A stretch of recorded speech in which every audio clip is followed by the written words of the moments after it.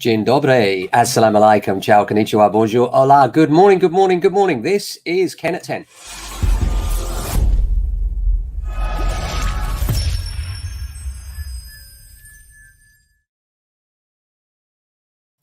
Good morning to you and welcome on this very fine autumnal day here in southwest London. Just looking at the markets and the chaos that's going on. Who's to blame? Kwasi Kwarteng even, Liz Truss, Andrew Bailey, the Governor of the Bank of England, perhaps a combination of all three, who knows? But certainly we're looking at some turmoil for some time to come, the way things are looking. And I think in terms of agency, what's going on is people are worried, they're scared, and that's understandably so. It's going to be a dark time, and it's going to be a dark time for a little while yet, I think. We've got interest rates going up. It's almost a perfect storm, isn't it, on top of the value of the pound going down. But there are always pros and cons. When the value of the pound goes down, the value of property to those outside the UK looking in goes up. So that's one positive that comes out of this, if nothing else. But certainly, tough times ahead. Fuel bills still high, interest rates high and getting higher. It's very, very hard for people out there. We've just created the latest podcast. Do have a look on your favorite pod provider. It's all about radiators this week, which might help you if you're thinking about economizing and what you can do in terms of using radiators to best effect. Rob Nezard from ukradiators.com talks all about the humble radiator, how it works, what can be done, and a special discount for our listeners to the podcast. So that's worth a listen for you. So how are you? I hope you're doing well. I want to talk about marketing today because in a more difficult market, what comes to the fore is strong agents that market in different ways, such as this very broadcast.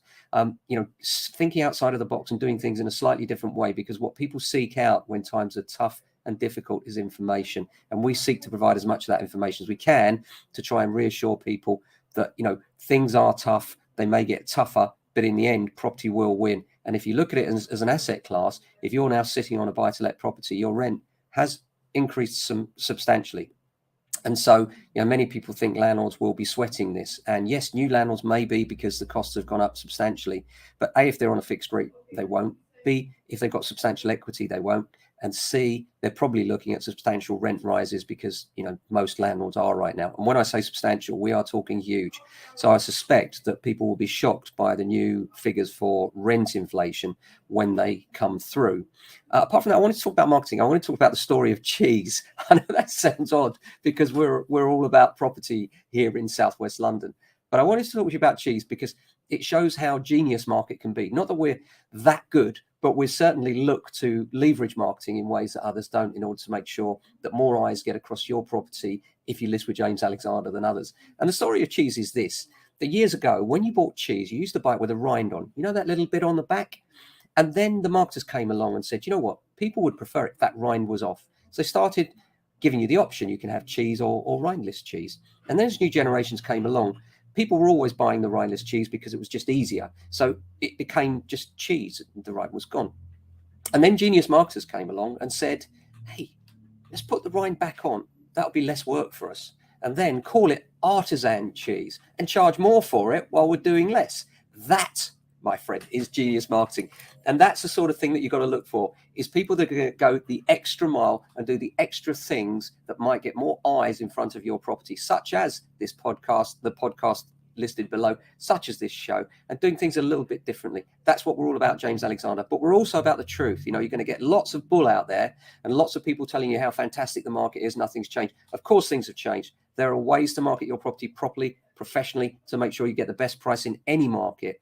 And here at James Alexander, we've been doing this for 30 years. So we've been through recessions before, been there, done that, and we'll do this one.